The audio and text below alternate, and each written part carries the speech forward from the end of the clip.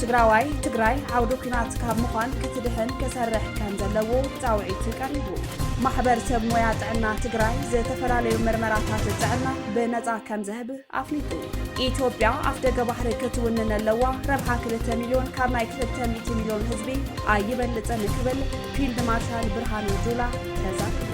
دعم مسرع مغيرو كينات سودان كتكون تخل أقداسيت كتما تغطاتيرو زبلون كالوتن سلامتنا تبزلكم ويبزحكم كبرات تخطاتيتي أقسماوان مرحب حباش كاب تقراي كساب على بلخف تعمل تروي حبريتا نابخم كنغردنا نفيديونا لايك چانلنا سبسكرايب بمقبار عبال بيتسبلكم أقسماوان مرحب حباش نقحات نقدم كلو تقراوي تقراي عودو كينات كاب مخان كتدحن كسرح كام زلوو تعوعيت قريبو اب تقراي زتخفت ورار سعيبو اب لعل عديتاتي احاتي ابوتاتي زفصم بدل سقيله اير ان بمبال اب لعل دمنياتات صلات حزبي سف زيبل كيسارا بمبصح حزبا بخفيل بجغننت دقو سلامو كركب كيلو امو صحاي قري طميت صامق كوتاس كلو صغمات زسغره متكاتا زيبلو تغادالاي تግራይዩ ተጋዳላይ ትግራይ እታ አንኩ ህይወቱ እኳ ዘይሰስዐ ንሱ ዝወዓለው ውዕለት ንመምላስ ከቢድዩ ዘይና ኢዱ ዝረኸበ ተጋዳላይ ትግራይ ግን ሓዝውን በቃላት ክትገልጾ ኣብ ዘይትኽእል ጸገምን መከራን ተዋሒጡ ከም ዝርከብ ኩሉ ዝሪኦ ዘሎ ሓቂ እዩ ኣብ ትግራይ ብዛዕባ ህዝቢ ዝሓስብን ዝጭነቕን ከምኡውን ትልመውፂኡ ዝሰርሕን ስርዓት የለን ዓቕሚ ኣይተሰኣነ እኳ ዳስ ብትኽክል ዝሰርሕን ጉዳት ኣካል ተጋደልትን ካልኦት ኣብ ጸገም ዝርከቡ ወገናትን ብቕንዕና ክሕገዙ ዘለዎም ክብሉ ኣብ መደብ ትግራይ ብኡነ ዝቐረቡ ኣይተ የማነ ሓልፎምን ኣይተ መንግስቲ ኣብ ጸጋይን ይዛረቡ ሞት ንኻሊእ ቁስሊ እቲ ህዝቢን እቲ መንእሰይን ይዕድምዎ ኣለዉ ተዳለይብልዎ ኣለዉ ከምዚ ዓይነት ፖለቲካ ይሰርሕ ኣለዉ ኣብ ትግራይ ፖለቲካ ዝበሃል ነገር ጠፊኡ የለን እንታይ ዳይ ዘሎ ብምትኩ እዚ ሚሊታራይዜሽን ዝበሃል ወታደራውነት ምግምማዕ እዚ ናይ ፋክሽናሊዝም ናይ ድራማ ምእንተ ጉጅላዊ ቡድናዊ ረብሓ ስልጣን ክበሃል ካብቶም ናይ ድራማ ሓደ ትማሊ ኣብ ራያ ኸይዶም ዘውዓልዎ በዓል ርኢኹም በኢኹም بقدماي زورروا زواردوا ززرفوا ناتي ولا محدار زمن طروا هزبس ناتو خدان تخدينهم ناي حرقص نوعات اب رايا خيدوم كنورو علم مالت زوزنيوت ايزاريكا تناي تግራይ ፖለቲካ ሻክንደይ ናይ ኣብ መርህን ዕላማን መሰረት ዝገበረ ፖለቲካ ምዃን ተሪፉ ናይ ድራማ ናይ ጸዋታ ላብ ናይ ቆልዑ ጭቃጭቃ ዝተቀየረ ምዃኑ እዩ زريكا ናይ ህዝቢ መገልገሊ ዝኾነ ንትግ ውጽዕ ዝኾነ ዜጋኻ ምን ክብኻብ ምኽኣል ናይ ሓደ ማሕበረሰብ ወይ ከዓ ናይ ሓደ መንግስቲ ዋና ስራሕ ዝኾኑ ካብ ዝግብኦም ሓደ እንታይ እዩ ነቲ ብዝተፈላለየ መንገዲ ጉዱእ ዝኾነ ኣካል ማሕበረሰብካ ግቡእ ሰብኣዊ መሰሉን ክብርታቱን ሓሊኻ ብታዘላትካ ዓቕሚ መጠን ኣገልግሎት ምሃብ ምኽኣል ማለት እዩ ናይ መንግስቲ ስራሕ እዚ ይሰርሕ ዝግብኦ ምክንያቱም ተዛሊ ሓድነት ዝመጽእ ባይዘወይ ኣነት ብሄራውነት ግዛዕ ዝበሃል ንዓይ ዝምስል መዐቀን እዩ ገይረ ዝወስዱ ሓደ ብሄራዊ መንግስቲ ታሊካ ወይ ብሄራዊ ማሕበረሰብ ታሊካ ብሄራውነት ዝሓስብ ማሕበረሰብ ታሊካ ወይ ፖለቲካ ኤንቲቲ ወላ ክንብሎ ንኽእልና እዚኦም ተሃልዮም ከዓ ምታመና መዐቀኒታት ምስልና ዓይ ነቲ ጉዱእ ዝኾነ ኣካል ማሕበረሰብካ ክንደይ ዝኣክል ናይ ምክብኻብ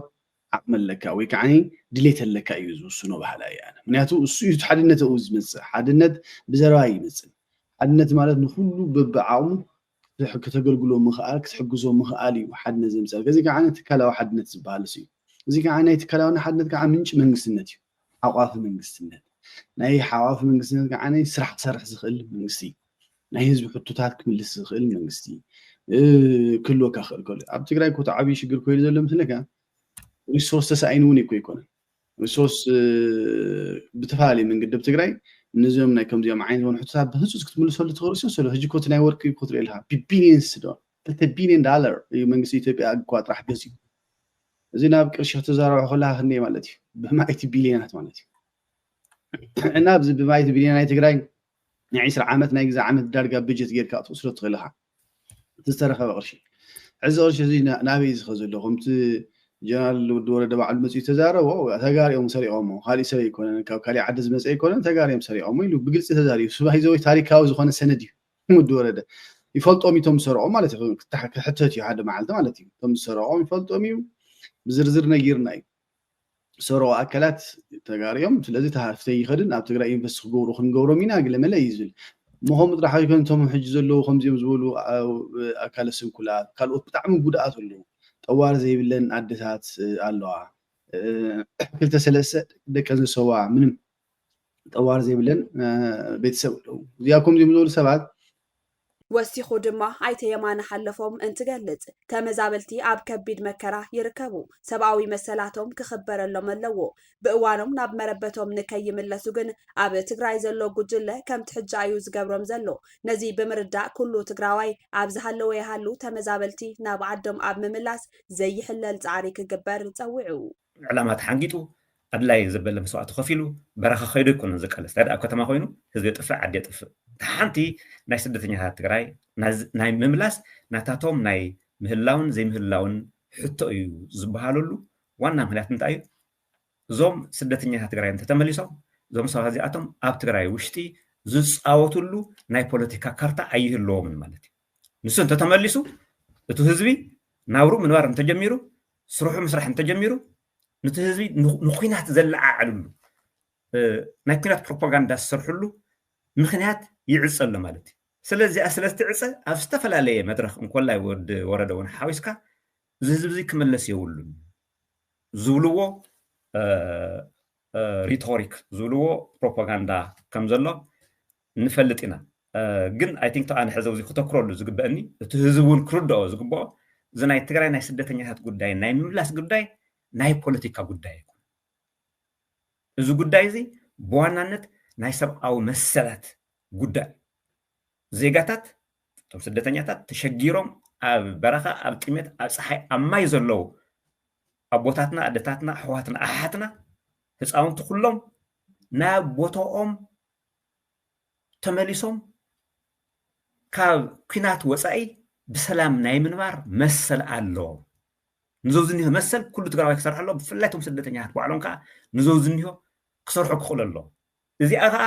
ናይ ፌደራል መንግስቲ ብትናይ ፕሪቶሪያ ውዕል መሰረት እውን ስደተኛታት ናይ ምምላስ ሓላፍነት ንዕኡ ስለዝሃቦ ብፌደራል መንግስቲ ኣቢሉ ስደተኛታት ናይ ምምላስ ኣብ ዝግበር ስራሕቲ ስደተኛ እውን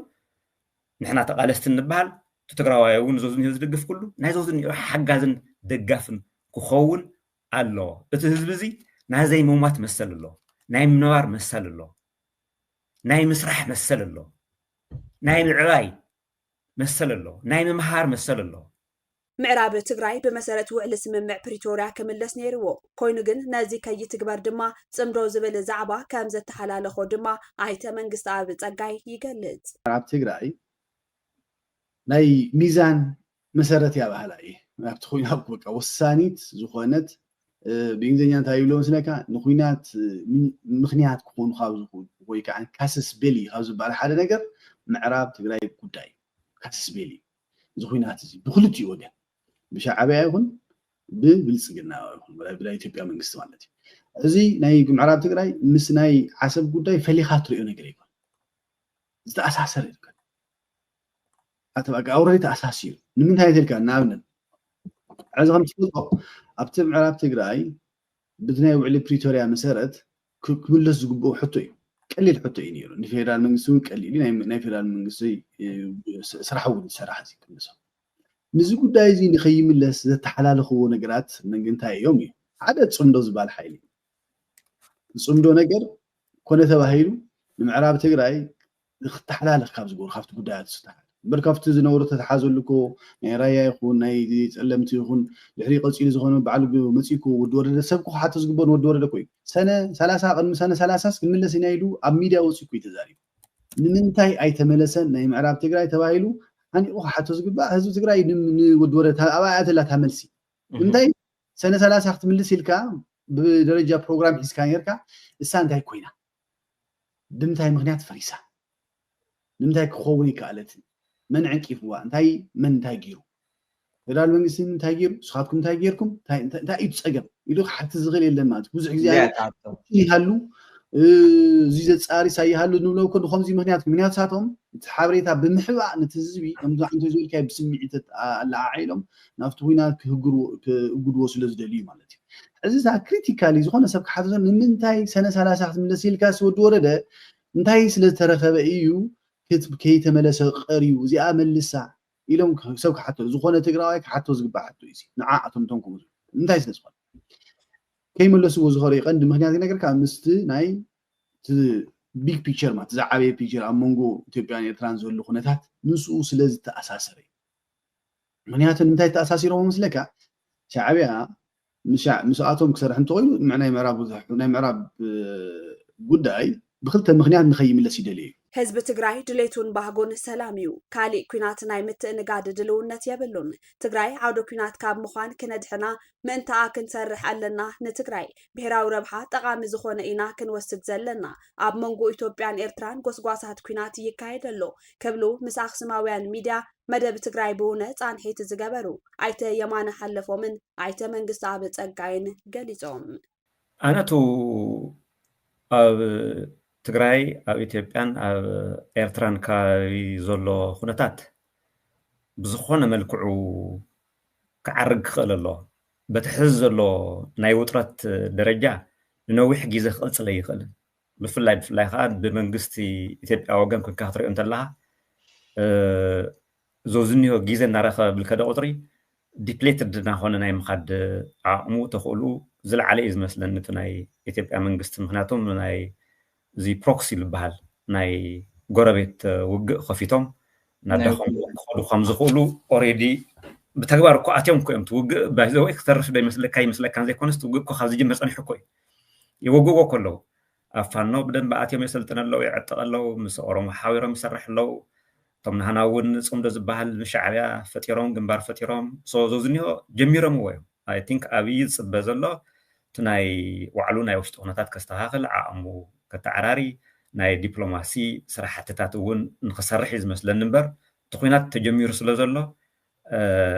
እዚ ኩናት እዚ ገጢምካ ሓደ መልክዕ ክሕዝ ውፅኢቱ ብዘየገድሽ ካብ ምግባር ዝሓለፈ ካሊእ መማረፂ ኣብ ኢድ ኣብይ ዝተረፈ ዘሎ ገይረ ኣነ ኣይርእ ወይ ከዓ ኢልካ ኮፍ ኢልካ ኣዲስ ኣበባ መፂኦም ክሻዕ ዘውረድካ ምፅባይ ተዘይኮይኑ ውጭ ኣብይ ከዓ ክሻዕ ክንድኡ ክሻዕ ከም ዝረአናዮ ከምኡ ዓይነት ኣቕሊልካ ክረአ ዝግብኦ ሰብ ከም ዘይኮነ እዩ እቲ ተግባር ዘርእየና ስለዚ ኣይ ቲንክ ዝተረፈ ይመስለንን ኣብዚኣ ግን ሓንቲ ጉዳይ እታ እያታ ዲስክሌመር ብዛዕባ እዚ ናይ ሻዕብያን ናይ ኣብይን ኩናት ክንዛረብ እንተለና ብዛዕባ ህዝቢ ኤርትራ ይኮንና ንዛረብ ዘለና ብዛዕባ ሻዕብያ ኢና ንዛረብ ዘለና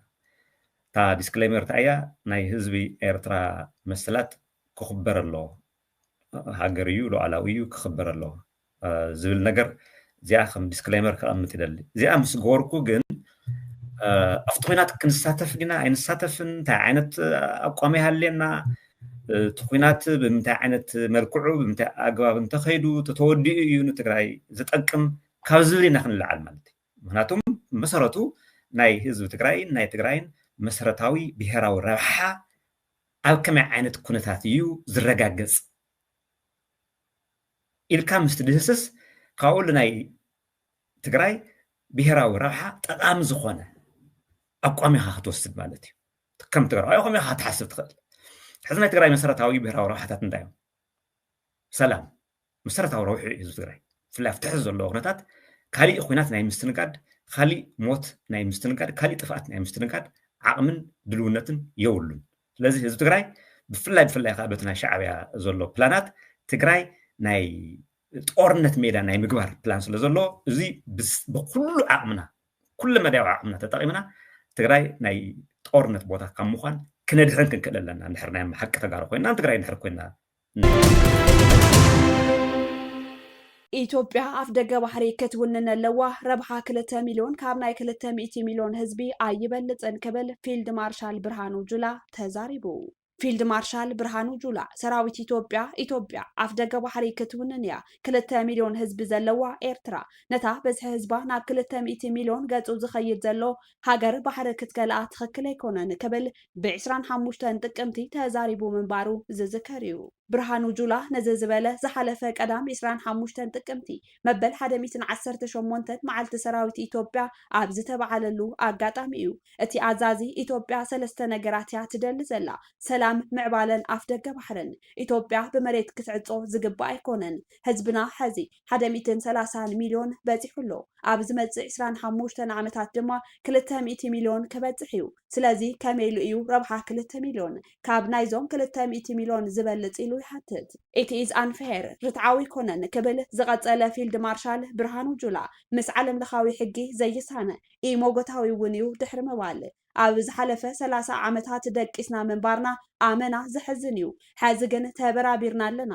ሰላም ምዕባለን ኣፍ ደገ ባሕርን ከነረጋግጽ ኢና ክብል ተሓንዩ። እዚ ይበሃል እምበር ነቲ ንኢትዮጵያ ኣፍ ደገ ባሕሪ ንኽትረክብ ዘኽእል ሕጊ ኣየናይ ዓንቀጽ ምዃኑ ኣይጠቐሰን። ካብ ሓበራዊ ስምምዕ ተጠቃምነት ሓሊፉ ነዚ ዘራትዕ ሕጊ ከምዘየለውን ምሁራት ኣህጉራዊ ሕግን ዓለም ለኻዊ ዝምድናታትን ክገልጹ ጸኒሖም እዮም። ኤርትራን ኢትዮጵያን ኣብ 1993 መተሓላለፍን ኣገልግሎት ወደባትን ስምምዕ ፈሪመን ምንባረን ይዝከር። ኣብ ዝሓለፈ እዋን ምስ ቢቢሲ ሰፊሕ ቃለ ምሕትት ዘካየደ ኣምባሳደር ዓንደ ብርሃን ወልደ ጊዮርጊስ ነዚ ብዝተፈላለዩ ሰበስልጣንን ማዕከናት ዜናን ኢትዮጵያ ዝቐርብ ምጉት ኣመልኪቱ ንዝቐረበሉ ሕቶ መሊሱ ነይሩ።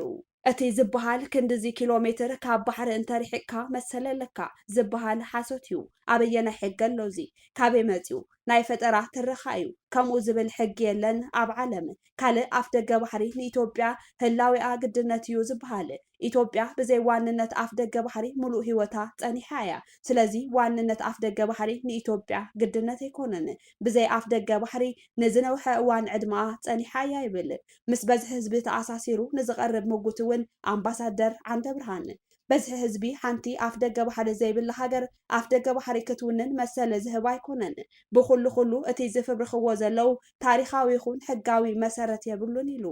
ኢትዮጵያ ኣብ ቀይሕ ባሕሪ ኣፍ ደገ ባሕሪ ንኽትረክብ እትገብሮ ዘላ ድፍኢት ምስ ኤርትራ ኣብ ምትህልላኽ እትዩ ነተን ክልተ ጎረባብቲ ሃገራት ናብ ድርቂ ኺት ሓድሽ ዙር ኩናት መሪሕዎን ኣሎ። ብርሃኑ ጁላ ኢትዮጵያ ብዘይ ባሕሪ ንዘትረፍዋ ዝብሎም ብስም ዘይጠቐሶም ሓይልታት ወጻኢ ብምውቃስ እውን ነቲ ኣብቲ እዋን ዝነበረ መንግስቲ ኢትዮጵያን ዝነበሩ ሰበስልጣንን ኤርትራ ምስ ወደባት ክትንጸል ምፍቃዶም ኣደናጊሮም እዮም ክብል ወቂሱ። እቶም ንስሳ ሰብዓታት ስርሖም መሬት ተኸቢብና ክንተርፍ ዝገበሩና ጸላቲ ስርሖም ቀጺሎም ኣለው። ንሕና ሰበስልጣን መንግስቲ ጌጋ ፈጺምና ምስቲ ኤርትራ ክትንጸል ከላ ኣብ ዝነበረ መንግስቲ ኢትዮጵያ ተሓባቢርና ክንከውን ንኽእል ኢና። እንተኾነ እቶም ቀንዲ ወነንቲ ናይቲ ንኢትዮጵያ ብመሬት ናይ ምዕጻው ኣጀንዳ እቶም ታሪኻዊ ጸላእቲ እዮም ክብል ተሰሚዑ። እንተኾነ ኤርትራ ድሕሪ ናይ 30 ዓመታት ደማዊ ብረታዊ ቃልሲ ኣብ መወዳእታ ጉንበት 1991 ንጎበጣ ኢትዮጵያ ብምስዓር ናጽነታ ከም ዝተጎናጸፈት ዝፍለጥ እዩ። ኣብ 1993 ድሕሪ ዝተኻየደ ህዝበ ውሳነ ድማ ሉዓላውነታ ዘረጋገጸት ናጽ ሃገር ኮይና ኣብ ማሕበረሰብ ዓለም ተጸንቢራ። ብርሃኑ ኣቐዲሙ ንኤርትራን ግብፅን ታሪኻዊ ጸላእቲ ኢትዮጵያ ክብል ገሊጽዎን ነይሩ። እቲ ኣዛዚ ሰራዊት እቲ ጠለባት ሃገሩ ብኸመይ መገዲ ክረጋገጽ ምዃኑ እኳ ብግልፂ እንተዘይጠቐሰ ሓይልታት ምክልኻልና ክንሕይል ምዕባለና ክነቀላጥፍን ኣፍ ደገ ባሕሪ ክነውሕስን ኢና ክብል ግን ተሰሚዑ። ብኻልእ ወገን ሓለፍቲ ተሓዱሽ ዝተመስረተ ሓይሊ ባሕሪ ኢትዮጵያ ምክትል ኣድሚራል ክንዱ ገዙ ኣብታ ኣጋጣሚ ሕቶ ኣፍ ደገ ባሕሪ ንኢትዮጵያ ህላዊኣ ምዃኑ ብምጥንቃቕ ሓንቲ ሽማ ዘይጠቐሳ ሃገር ገማግም ባሕሪ ብመትከልን ካንሃባን ክትተሓባበር ኣተሓሳሲቡ። ሕጋዊ ታሪኻውን ፖለቲካውን ምኽንያታት ካብ ምዃን ሓሊፉ ጉዳይ ባሕሪ ንዓና ንኢትዮጵያውያን ህላዊ ጉዳይ ኮይኑ ኣሎ። ልዕሊ 130 ሚልዮን ህዝቢ ካብቲ 60 ኪሎ ሜትር ዘይርሕቕ ኣፍ ደገ ባሕሪ ኣርሒቕካ ክሳብ ሞት ዘስዕብ ዓፊንካ ክተንብሮ ሳዕቤኑ ንምላእ እቲ ዞባ ጽቡቕ ኣይክኸውንን እዩ። ኣብዚ ኣጋጣሚ እምበኣር ነቶም ኣብቲ ዞባ ዘለው ኣሕዋትና ንኤርትራውያን ክኸውን ይግመት ካብ ድርቅና ዝመልኦ ውሳነታት ክቁጠቡን ተፈጥሮ ዝሃበና ብመትከል ሂብካ ምቕባል ክንካፈል ምግንዛብ ግቡእ እዩ ክብል ደጊሙ ገሊጹ።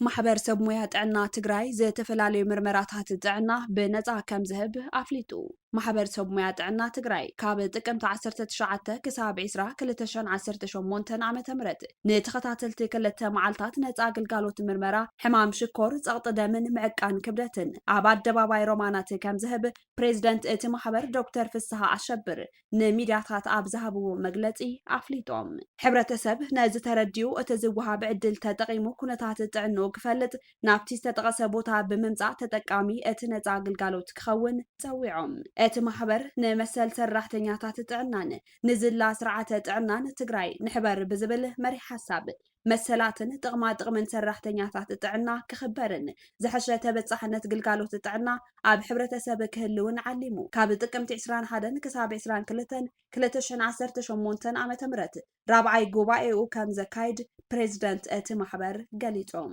ኣብቲ ዝካየድ ራብዓይ ጉባኤ ማሕበር ሰብ ሞያ ትግራይ ንኮሚሽን ሓርበኛታት ትግራይ ሓዊሱ ምስ መዳርግቲ ኣካላት ሓቢርካ ናይ ምስራሕ ስምምዓት ከም ዝፈጸሙ እቶም ፕሬዚደንት ኣብሪሆም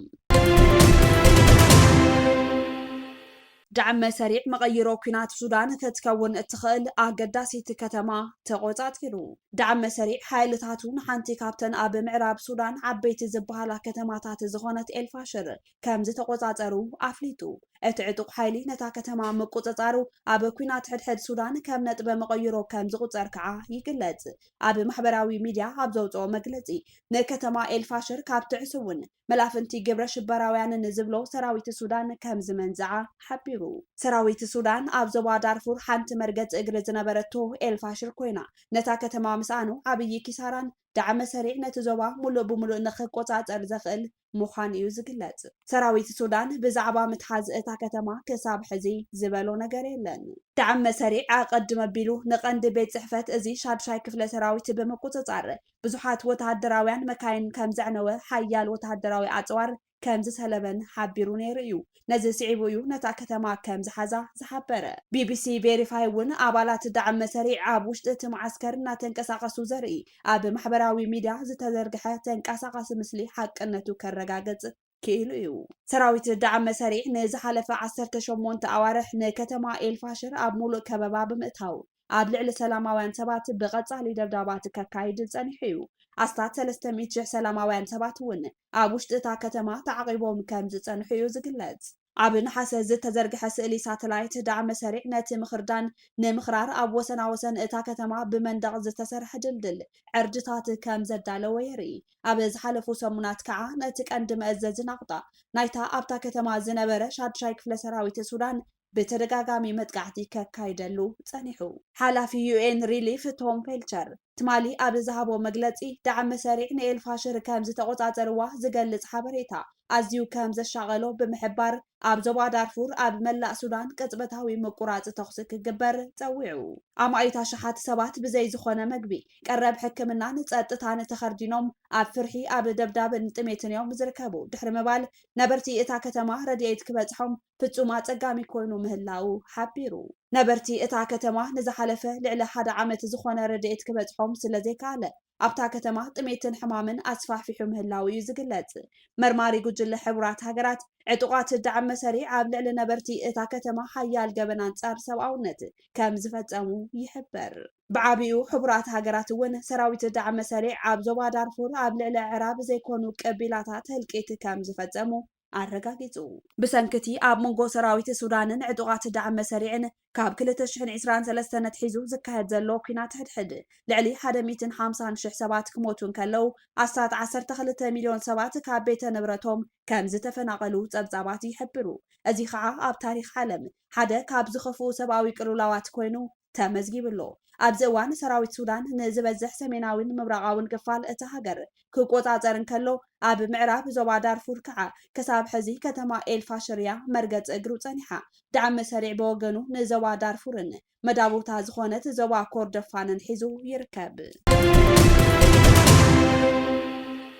كيبورات تخطاتلتي أخصباوان مراخب حفاش نلوم علت 17 تقمتي 2018 عام تمرد زحزنا يوم ندلوات زينا أخصباوان أزوم كتكتاتلوهم زتنحهم يمسلون يروم مزترفو مدبات أخصباوان تلفزيون سنة